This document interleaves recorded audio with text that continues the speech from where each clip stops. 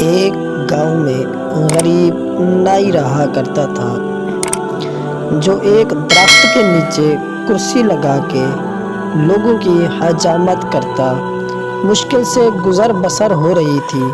اس کے پاس رہنے کو نہ گھر تھا، نہ بیوی تھی، نہ بچے تھے، صرف ایک چادر اور ایک تکیہ اس کی ملکیت تھی۔ جب رات ہوتی تو وہ ایک بند سکول کے باہر چادر بچھاتا، تکیہ رکھتا اور سو جاتا۔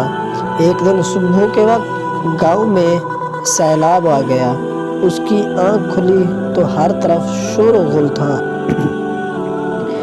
وہ اٹھا اور سکول کے ساتھ بنی ٹینکی پر چڑھ گیا، چادر بچھائی، دیوار کے ساتھ تکیہ لگایا اور لیٹ کر لوگوں کو دیکھنے لگا۔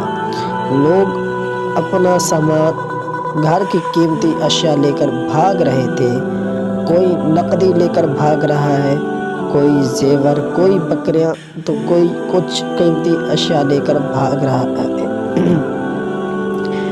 اسی دوران ایک شخص بھاگتا آ رہا تھا۔ اس نے سونے کے زیور، پیسے اور کپڑے اٹھا رکھے تھے۔ جب وہ شخص اس نائی کے پاس سے گزرا اور اسے سکون سے لیٹے ہوئے دیکھا تو غصے سے بولا، اوئے ساڈی ہر چیز اجڑ گئی ہے، ساڈی جان تے بنی ہے تے تو اتھے سکون نال لما پیا ہویا ہی۔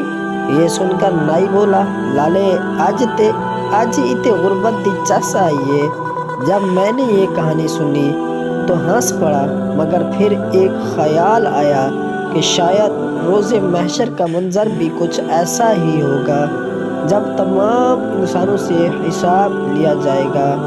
ایک طرف غریبوں کا حساب ہو رہا ہوگا، 2 وقت کی روٹی، کپڑا، حقوق اللہ اور حقوق العباد۔ ایک طرف امیروں کا حساب ہو رہا ہوگا، پلازے، دکانیں، فیکٹریاں، گاڑیاں، بنگلے، سونا اور زیورات، ملازم، پیسہ، حلال حرام، عیش و آرام، زکوٰۃ، حقوق اللہ، حقوق العباد۔ اتنی چیزوں کا حساب کتاب دیتے ہوئے پسینے سے شرابور اور خوف سے تھر تھر کانپ رہے ہوں گے، تب شاید اسی نائی کی طرح غریب ان امیروں کو دیکھ رہے ہوں گے، چہرے پر ایک عجیب سا سکون، اور شاید دل ہی دل میں کہہ رہے ہوں گے، اج ایتے غربت دی چس آئیے۔ اللہ تعالیٰ سے دعا ہے کہ ہمیں ہر نعمت کا شکر ادا کرنے کی اور اللہ کی رضا کے مطابق استعمال اور تقسیم کرنے کی توفیق عطا فرمائے، آمین۔ اگر آپ کو ہماری یہ ویڈیو اچھی لگی تو ہمارے چینل کو لائک، سبسکرائب اور شیئر لازمی کرتے ہیں، اور اچھے کمنٹ لازمی کریں۔ شکریہ۔